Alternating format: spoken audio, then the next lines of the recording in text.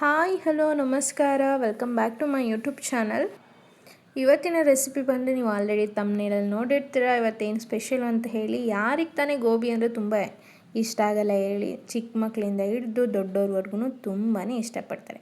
So ನಾಟಿ ಮಸಾಲಾನ use ಮಾಡಿಕೊಂಡು dry ಗೋಬಿನ ಹೇಗೆ ಮಾಡೋದು ಅಂತ ನೋಡ್ಕೊಂಬರೋಣ ಬನ್ನಿ. ನಾನಿಲ್ಲಿ ಸ್ವಲ್ಪ ಶುಂಠಿ, ಬೆಳ್ಳುಳ್ಳಿ ಮತ್ತು 3 ಹಸಿಮೆಣ್ಸಿಕಾಯನ್ನ ತೊಗೊಂಡಿದ್ದೀನಿ. ನೀವು ಖಾರಕ್ಕೆ ತಕ್ಕಂತೆ ತೊಗೊಳ್ಳಿ. ಅದ್ರ ಜೊತೆಗೆ ನಾನು ಅರ್ಧ ಟೇಬಲ್ ಸ್ಪೂನ್ ಧನಿಯ, ಜೀರಿಗೆ, ಕಾಳುಮೆಣಸು ಮತ್ತು ಸೋಂಪನ್ನ ತೊಗೊಂಡಿದ್ದೀನಿ. 1/4 ಟೇಬಲ್ ಸ್ಪೂನ್ ಆಗೋಷ್ಟು ಸೋಂಪು ಮತ್ತು 1/4 ಟೇಬಲ್ ಸ್ಪೂನ್ ಆಗೋಷ್ಟು ಮೆಣಸನ್ನ ತೊಗೊಂಡಿದ್ದೀನಿ. ಇನ್ನು ಜೀರಿಗೆ ಮತ್ತು ಧನಿಯಾನ ಅರ್ಧ ಟೇಬಲ್ ಸ್ಪೂನ್ ತೊಗೊಂಡಿದ್ದೀನಿ. ಇದನ್ನು ಸೀಡ್ಸ್ ಹಾಕ್ಕೊಂಡ್ರೇ ತುಂಬ ಚೆನ್ನಾಗಿರುತ್ತೆ. ನೆಕ್ಸ್ಟ್ ಇದಕ್ಕೆ ಸ್ವಲ್ಪ ಕೊತ್ತಂಬರಿ ಸೊಪ್ಪನ್ನ ತೊಗೊಂಡಿದ್ದೀನಿ. ಸ್ವಲ್ಪ ಒಂದು 10-15 ಕರಿಬೇವಿನ ಸೊಪ್ಪನ್ನ ತೊಗೊಂಡಿದ್ದೀನಿ. ಟೇಸ್ಟ್ ಚೆನ್ನಾಗಿರುತ್ತೆ. ಮತ್ತು ಸ್ವಲ್ಪ ಪುದೀನ ಸೊಪ್ಪನ್ನ ತೊಗೊಂಡಿದ್ದೀನಿ. ಇದಿಷ್ಟನ್ನು ವಾಶ್ ಮಾಡಿ ಒಂದು ಮಿಕ್ಸಿ ಜಾರಿಗೆ ಸೇರಿಸ್ಕೊಳ್ಳೋಣ. ಇದಕ್ಕೆ ಸ್ವಲ್ಪ ನೀರನ್ನ ಆ್ಯಡ್ ಮಾಡಿ, ತುಂಬ ನೀರು ಆ್ಯಡ್ ಮಾಡೋಕ್ಕೆ ಹೋಗ್ಬೇಡಿ, ಇಲ್ಲಾಂದರೆ ತುಂಬ ತೆಳುವಾಗ್ಬಿಡುತ್ತೆ. ಇದನ್ನು ರುಬ್ಬಿ ಸೈಡಲ್ಲಿ ಎತ್ತಿಟ್ಕೊತಾ ಇದ್ದೀನಿ. ನಾನಿಲ್ಲಿ ಒಂದು 200 ಗ್ರಾಮ್ ಆಗುವಷ್ಟು ಹೂಕೋಸನ್ನ ತೊಗೊಂಡಿದ್ದೀನಿ. ಇದನ್ನು ನೀಟಾಗಿ ವಾಶ್ ಮಾಡಿ ನಿಮಗೆ ಯಾವ ಸೈಜಲ್ಲಿ ಬೇಕೋ ಆ ಸೈಜಲ್ಲಿ ಬಿಡಿ ಬಿಡಿಯಾಗಿ ಮಾಡಿಟ್ಕೊಳ್ಳಿ. ಇನ್ನೊಂದು ಪಾತ್ರೆಗೆ ಸ್ವಲ್ಪ ನೀರನ್ನ ಆ್ಯಡ್ ಮಾಡಿ, ಸ್ವಲ್ಪ ಟರ್ಮರಿಕ್ನ ಆ್ಯಡ್ ಮಾಡಿ ಮತ್ತು ಸ್ವಲ್ಪ ಸಾಲ್ಟನ್ನ ಆ್ಯಡ್ ಮಾಡ್ತಾಯಿದ್ದೀನಿ. ಇದು ಒಂದು ಕುದಿ ಬರೋವರೆಗೂ ವೆಯ್ಟ್ ಮಾಡಿ. ಒಂದು ಕುದಿ ಬಂದಾದಮೇಲೆ ಕಟ್ ಮಾಡಿ ಇಟ್ಟಿರುವಂತಹ ಹೂಕೋಸನ್ನ ಅದರೊಳಗಡೆ ಹಾಕಿ, ಇದಿಷ್ಟನ್ನು ಹಾಕಿ ಸ್ವಲ್ಪ ಮಿಕ್ಸ್ ಮಾಡಿ.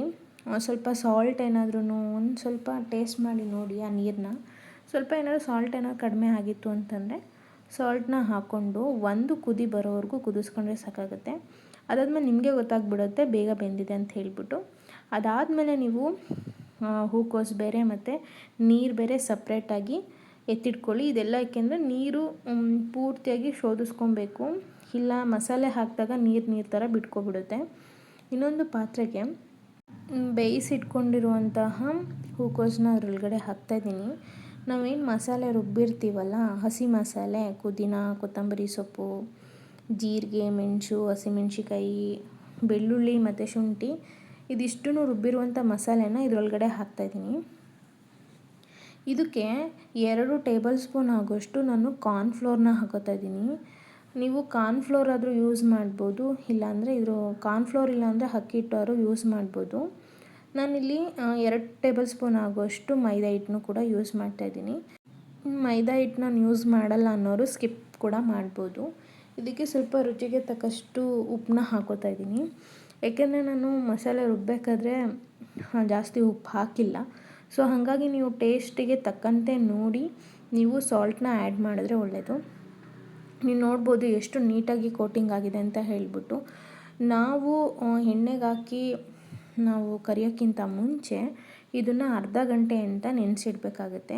ಇನ್ನೂ ಸಖತ್ತಾಗಿ ಟೇಸ್ಟ್ ಕೊಡಬೇಕು ಅಂತಂದರೆ ಸ್ವಲ್ಪ ಪೆಪ್ಪರ್ ಪೌಡು ಮತ್ತು ಸ್ವಲ್ಪ ಚಾಟ್ ಮಸಾಲಾನ ಹಾಕಿದ್ರೆ ತುಂಬಾ ಸಖತ್ತಾಗಿರುತ್ತೆ. ಇದಿಷ್ಟನ್ನು ನೀಟಾಗಿ ಮಿಕ್ಸ್ ಮಾಡಿ ಒಂದು ಅರ್ಧ ಗಂಟೆ ಎತ್ತಿಟ್ಬಿಡಿ. ಆವಾಗ ನೀಟಾಗಿ ಮ್ಯಾರಿನೇಟ್ ಆಗಿರುತ್ತೆ. ಅದ್ರ ಸೈಡ್ ಗ್ಯಾಪಲ್ಲಿ ನೀವು ಎಣ್ಣೆನ ಬಿಸಿಗಿಡ್ಬೋದು. ಲೋ ಫ್ಲೇಮಲ್ಲಿ ಬಿಸಿಗಿಟ್ಕೊಳ್ಳಿ. ನೀವು ಆವಾಗ ಬೇಗನೆ ಕರಿಯೋಕ್ಕೆ ಈಸಿ ಆಗುತ್ತೆ. ಇಲ್ಲಾಂದರೆ ನೀವು ಮ್ಯಾರಿನೇಟ್ ಮಾಡಿ ಫ್ರಿಡ್ಜಲ್ಲಿ ಒಂದು 10 ಮಿನಿಟ್ಸ್ ಇಟ್ಟರೂ ಆಗುತ್ತೆ. ಬೇಗನೆ ಚೆನ್ನಾಗಿ ಕ್ರಿಸ್ಪಿಯಾಗಿ ಬರುತ್ತೆ. ಒಂದೊಂದಾಗೇ ಎಣ್ಣೆಲಿ ನೀಟಾಗಿ ಕರ್ಕೊಳ್ಳಿ, ತುಂಬಾ ಚೆನ್ನಾಗಿರುತ್ತೆ. ಇದನ್ನು ನಾನು ಯಾವುದೋ ಒಂದು ಮದುವೆ ಮನೆಗೆ ಹೋದಾಗ ಈ ಥರ ಮಾಡಿದ್ರು, ಡ್ರೈ ಗೋಬಿ ಥರ ನಾಟಿ ಮಸಾಲಾನ ಯೂಸ್ ಮಾಡಿಕೊಂಡು. ಸೊ ಆ ಟೇಸ್ಟು ತುಂಬಾ ಸಖತ್ತಾಗಿತ್ತು. ಅದಕ್ಕೆ ಒಂದ್ಸಲ ನಾನು ಮನೇಲಿ ಟ್ರೈ ಮಾಡಿದ್ದೀನಿ. ನೀವು ಒಂದ್ಸಲ ಮನೇಲಿ ಟ್ರೈ ಮಾಡಿ, ಸಿಕ್ಕಾಪಟ್ಟೆ ಚೆನ್ನಾಗಿರುತ್ತೆ. ಈ ರೆಸಿಪಿ ಹೇಗಿತ್ತು ಅನ್ನೋದನ್ನು ಕಮೆಂಟ್ ಮುಖಾಂತರ ತಿಳಿಸಿ. ಇದನ್ನು ನೀವು ಈವ್ನಿಂಗ್ ಸ್ನ್ಯಾಕ್ಸ್ ಆಗಿ ಬಳಸ್ಕೊಳ್ಬೋದು. ಏನಾದರೂ ತಿನ್ನಬೇಕು ಅನ್ನಿಸ್ದಾಗ ನೀವು ಈ ಥರ ಬೇಗನೆ ಒಂದು 10 ನಿಮಿಷದಲ್ಲಿ ಬೇಗನೆ ಆಗಿಬಿಡುತ್ತೆ. ಇದು ನೀವು ಮಾಡ್ಕೊಳ್ಬೋದು. ಅಥವಾ ಮಕ್ಕಳು ಏನಾದರೂ ತಿನ್ನಬೇಕು ಅಂತ ಕೇಳಿದಾಗ ನೀವು ಈ ಥರ ಮಾಡಿಕೊಡ್ಬೋದು. ಸೊ ಮಿಕ್ಕಿರೋ ಮಸಾಲೆ ಗೋಬಿ ಎಲ್ಲನೂ ಕೂಡ ನೀವು ಅದೇ ಥರ ಎಣ್ಣೆಲಿ ಕರ್ಕೊಳ್ಳಿ. ಇದಕ್ಕೆ ಸ್ವಲ್ಪ ಈರುಳ್ಳಿನ ಸ್ಪ್ರೆಡ್ ಮಾಡಿಕೊಂಡು ತಿಂತಾಯಿದ್ರೆ ನಿಜವಾಗ್ಲೂ ಸ್ಟ್ರೀಟ್ ಸ್ಟೈಲಲ್ಲೇ ಕೂಡ ಅದೇ ಥರ ಟೇಸ್ಟು ಸಿಗುತ್ತೆ. ನೀವು ಒಂದ್ಸಲ ಮನೇಲಿ ಟ್ರೈ ಮಾಡಿ. ಈ ಒಂದು ರೆಸಿಪಿಗೆ ನೀವು ಫಿದಾಗಿ ಹೋಗ್ತೀರಾ. ನನ್ನ ಚಾನಲ್ನ ಏನಾದರೂ ಸಬ್ಸ್ಕ್ರೈಬ್ ಮಾಡ್ಕೊಂಡಿಲ್ಲ ಅಂದರೆ ಈ ಕೂಡಲೇ ಸಬ್ಸ್ಕ್ರೈಬ್ ಮಾಡ್ಕೊಳ್ಳಿ, ಸಪೋರ್ಟ್ ಮಾಡಿ. Thank you so much.